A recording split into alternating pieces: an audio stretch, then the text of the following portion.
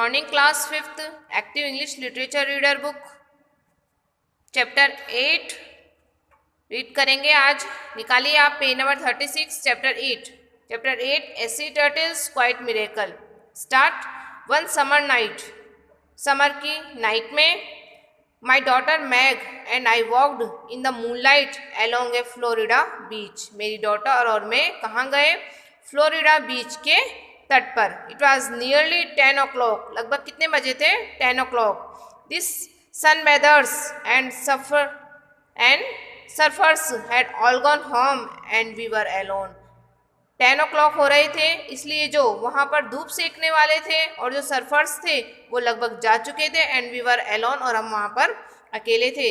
Suddenly we saw a sea turtle crawling out of the water. अचानक हमने क्या देखा? एक समुद्री कछुए को देखा जो कहाँ आ रहा था? जो पानी से बाहर रेंगता हुआ आ रहा था। Her wet shell was about a metre long. उसका जो गीला खोल था उसका ऊपर का वो बिल्कुल गीला हो चुका था, लगभग 1 मीटर लंबा था। And it shone in the moonlight, और वो मूनलाइट में चमक रहा था। She looked from side to side, उसने इधर उधर देखा। Then pressed her head to the sand as if to taste it और स्मेल इट, और फिर उसने उसका जो सिर था वो रेत के अंदर घुसा लिया, जैसे तो वो कुछ सूंघ रहा हो या कुछ टेस्ट कर रही हो।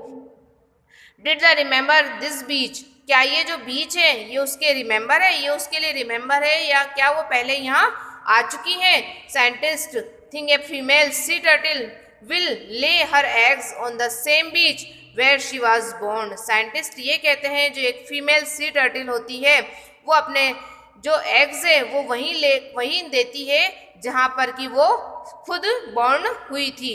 Had this turtle found her way back after so many years at sea, और क्या उसने इतने टाइम सी में रहने के बाद भी जो अपना वापस जो आ गई थी वो उस जगह पर, क्या उसने अपना रास्ता इतने टाइम समुद्र में रहने के बाद भी उसने अपना रास्ता ढूंढ लिया था? Like other nesting sea turtles, दूसरे टर्टल्स के जैसे। She had waited until dark to leave the ocean, वो किसका इंतजार कर रही थी? वो अंधेरा और होने का इंतजार कर रही थी। Meg and I watched as the turtle crawled up the beach a few inches at a time. Meg ने और मैंने क्या देखा कि जो टर्टल थी crawled up the beach a few inches at a time. जो टर्टल जो होती है वो कुछ इंच क्रॉल्ड करती है, रेंगती है।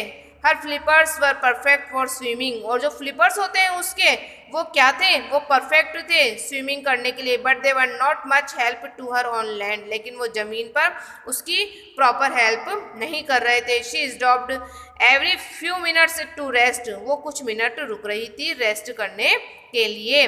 Finally the turtle reach the sand dunes, और फाइनली वो कहाँ पहुँच गई? रेत के टीलों पर। Here her nest would be safe from the high tide, और यहाँ पर जो उसका नेस्ट है वो सेफ रहेगा किससे? फ्रॉम द हाई टाइड, जो पानी में जो समुद्र में जो ऊंचा जो ज्वार आता है उससे उसका वो नेस्ट जो वो सेफ रहेगा। We did not dare move, लेकिन हम बिल्कुल भी हमने हिलने की हिम्मत नहीं करी, हमने कोई हलचल नहीं करी। We knew that even a small sound or movement might scare her back to the water, हम जानते थे कि थोड़ा सा भी साउंड या मूवमेंट उसको वापस पानी में जाने के लिए उसको या तो डरा सकता है। At the base of A tune, और जो टीलों का जो बेस था, the turtle started sweeping the sand with her front flippers. उसने क्या करा?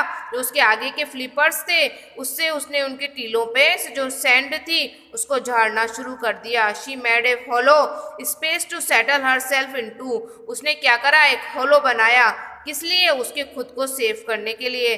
Then she dug a hole for her legs with her back flippers, और उसके बाद उसने उसके बैक जो फ्लिपर्स थे उसने भी एक छेद बनाया उसके अंडों के लिए। एज सी टर्टल विल ले मोर देन 100 एग्स एट ए टाइम, ये जो सी टर्टल होता है, समुद्री जो कछुआ होता है, वो एक टाइम में लगभग 100 एग्स देते हैं। Each egg is about the size of A table tennis ball, और हर जो एग होता है वो लगभग एक टेबल टेनिस बॉल के साइज जितना होता है। When this turtle finished laying her eggs, और जब इसने फिनिश कर लिया अपना काम, एग्स ले करना, एग्स अंडे देना, तो she gently covered them with sand to hide them from raccoon and other animals that could eat them. तब उसने क्या करा, उनको जेंटली तरीके से उनको सैंड से, रेत से हाइड, छिपा दिया। किससे? जो वहां पर जानवर थे, रैकून और जो दूसरे जानवर थे उनसे, दैट वुड ईट देम, ताकि वो उसको खा नहीं सकें। ठीक है, थैंक यू।